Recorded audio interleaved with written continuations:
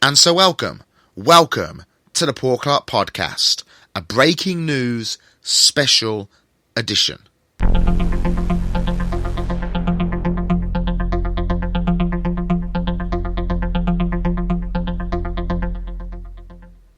Breaking news in the world of British politics. Tristram Hunt, the Labour MP for Stoke-on-Trent, Tristram Hunt, has decided to step down from his role as a Labour MP, causing a by-election in Stoke-on-Trent. Tristram Hunt was someone who was once thought of as a future Labour leader, and someone I always thought would have made a very good Prime Minister. I think he would have made a much better successor to Tony Blair than Gordon Brown. But it wasn't his time. He was quite young at that point, and I think he wanted to get a few more years of experience under his belt before he threw his hat in the ring for leadership of the Labour Party.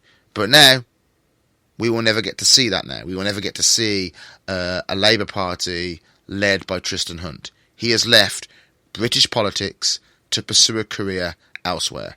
And good luck to the guy. I wish him all the best. Now, on to Labour and the state of the Labour Party. The Labour Party is dying. The Labour Party has an illness. The Labour Party effectively has a cancer. And that cancer is Jeremy Corbyn. He's killing it from the inside. Sound harsh? Well, it's the truth, okay? It's the truth. When prominent figures, once thought of Labour leaders and potential Prime Ministers in waiting, are stepping aside, leaving politics altogether, something's amiss. Something's going wrong in that party. And that person is Jeremy Corbyn. Look at the facts. I know Corbynistas and Liberals don't bother with facts, but let's just look at the facts, shall we? The facts are this. In 1 year, in one single year, the Labour leadership had 2 challenges. And, to be fair, Jeremy Corbyn won them both. He won the challenges of his leadership twice. So good for him. But that still doesn't guarantee victory in a general election, and it doesn't mean you're connecting with the British public. MPs are stepping aside. And these Corbynistas, and I've looked at social media this evening, and I've seen them all the Corbynistas cheering, yeah, good for him, good riddance to Tristram Hunt. You know, he was a Blairite. He had New Labour and Tony Blair coursing through his veins. And they're cheering his departure. You're idiots. You're idiots. You need someone like him there. You need someone who was actually a part of a Labour Party that has a history of success. The fact that they seem to think, all these deluded Corbynistas, that you can somehow remove yourself from the success of the Blair years, and just basically wipe it out like it never existed, like it's a blemish on the Labour Party, is ludicrous. Is absolutely ludicrous. Like or dislike Tony Blair, the Blair years, very successful for Labour, very successful.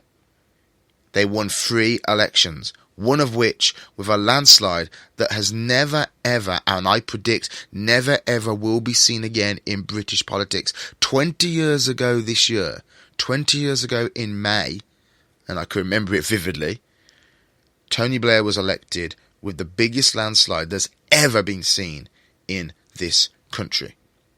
And if Jeremy Corbyn is serious, if he's serious about rekindling that kind of a victory at a general election, he needs to be talking to the people who were part of that success, or people that later on joined the Labour Party under the Blair years and associated themselves with the Blair years. People like Alistair Campbell, people like John Prescott, people, even though he was a good old young whippersnapper and sort of came in more towards the latter days of the Blair years.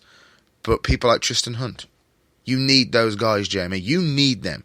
You don't have a lot of support right now, Jeremy. You don't have a hope in hell of a Labour victory unless you actually look back at the past of Labour and look at the success story that they had. Why did Blair win 3 elections? Why? What was the message that New Labour had that was connecting with so many people? And people like to go on, by the way, about the war in Iraq. Let's just forget that. I know that drives the Corbynistas. I know that's what they're obsessed about. I mean, all these Corbynistas are just obsessed by 2 things. Tony Blair and the war in Iraq. That's all they've got. And that's what this is all about, by the way, with Jeremy. Just for the record. That's what it's all about. What it's about with Jeremy and the Corbynistas, they don't want Labour to be in power. They seem to think there's some, pride in opposition, the purity of opposition. Pardon my French, but it's bollocks. It's bollocks. What matters is power, okay? That's what matters in politics. Power. If you don't have power in politics, you have nothing. You have nothing.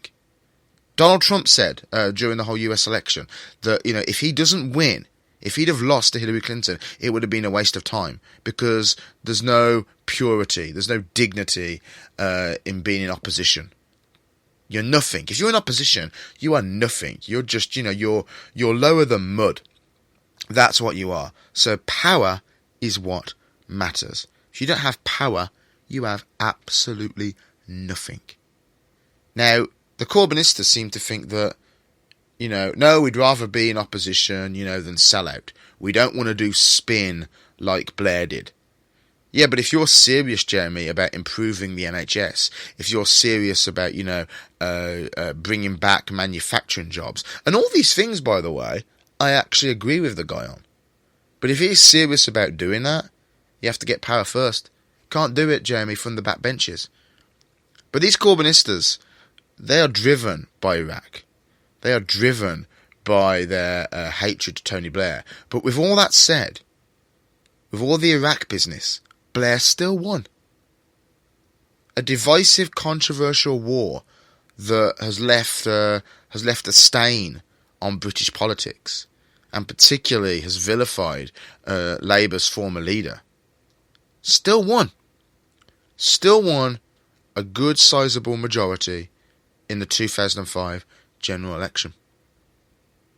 So, maybe Jeremy should look back at New Labour. Look at its success story. Look at some of the failings. Because look, I can admit, I like Tony Blair, but I don't agree with him on everything. I think, his open border policy certainly in the long term hasn't really benefited us as far as illegal immigration goes. As far as legal immigration goes, it's fine. It's just illegal that's the problem. It's just illegal immigration that people have the problem with. But so I think, Blair's open door policy certainly has hurt the country. But I would say, he introduced things like the minimum wage. Blair helped with the Northern Ireland peace protest, although it was John Major, I think, actually instigated the Northern Ireland peace treaty. But it was certainly Blair that moved it a step further to success and completion.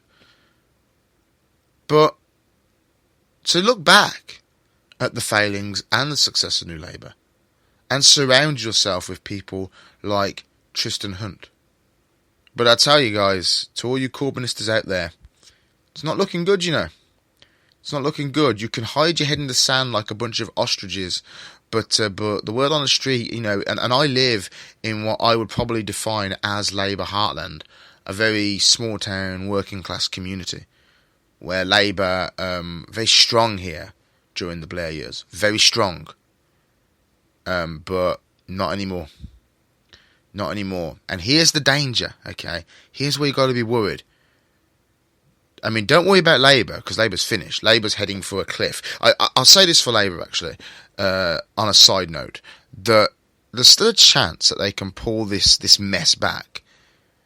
I don't know what it's going to take, because Jamie's not going to go. So short of him dying, and obviously I'm not advocating the man's death, but short of him dying or something happening, an unforeseen event where he has to step aside, I struggle to see how you're going to get rid of him. But it's not too late. If you can somehow put on the brakes of the communist, socialist, Jeremy Corbyn Labour Party movement, then you could stop the Labour Party from going over the cliff at the next general election. But if they do, if the Labour Party bus rides off the cliff and spectacularly crashes and burns in a big political explosion at the next general election, Labour's dead. Labour will never, ever recover. Certainly not in my lifetime, okay? And certainly not in places like where I live. However, UKIP, a party which in themselves has been crashing and burning this year, seem to be reorganising under their new leader, Paul Nuttall, and seem to be growing again, and certainly in these working class small town areas. Now, the by-election Stoke-on-Trent will be interesting. If Labour lose this and UKIP win this, that's certainly going to put a spring in their step. It's certainly going to, give Paul Nuttall and UKIP some vigour and some energy and a sense of purpose once again. Now, UKIP, I think, is a horrible party. UKIP, I certainly could never vote for, but I also can't vote Labour anymore. I've already pretty much made my mind up 5 years from now who I will be voting for in a general election. And for the first time in my life, it will not be the Labour Party. I can assure you of that. But UKIP is cause for concern. Because if they win in Stoke-on-Trent, if they can win elsewhere with other by-elections, because this isn't going to be the last you're going to hear of Labour MPs, disgruntled Labour MPs, stepping aside. They don't like their leader, okay? They don't like their leader. They don't want to work with him. They've tried to get rid of him, they can't. So then now they've just decided to either put up or step aside. To either put up and shut up or step aside. Tristram Hunt decided to step aside. Wasn't going to have any more of it. And as I said, I bear no ill will towards him. Because it must be hard just to sit there and watch your party crumbling. But as your party crumbles, UKIP are rebuilding. And UKIP is a party that is full of hatred, I believe. Does have racism running through the core of it.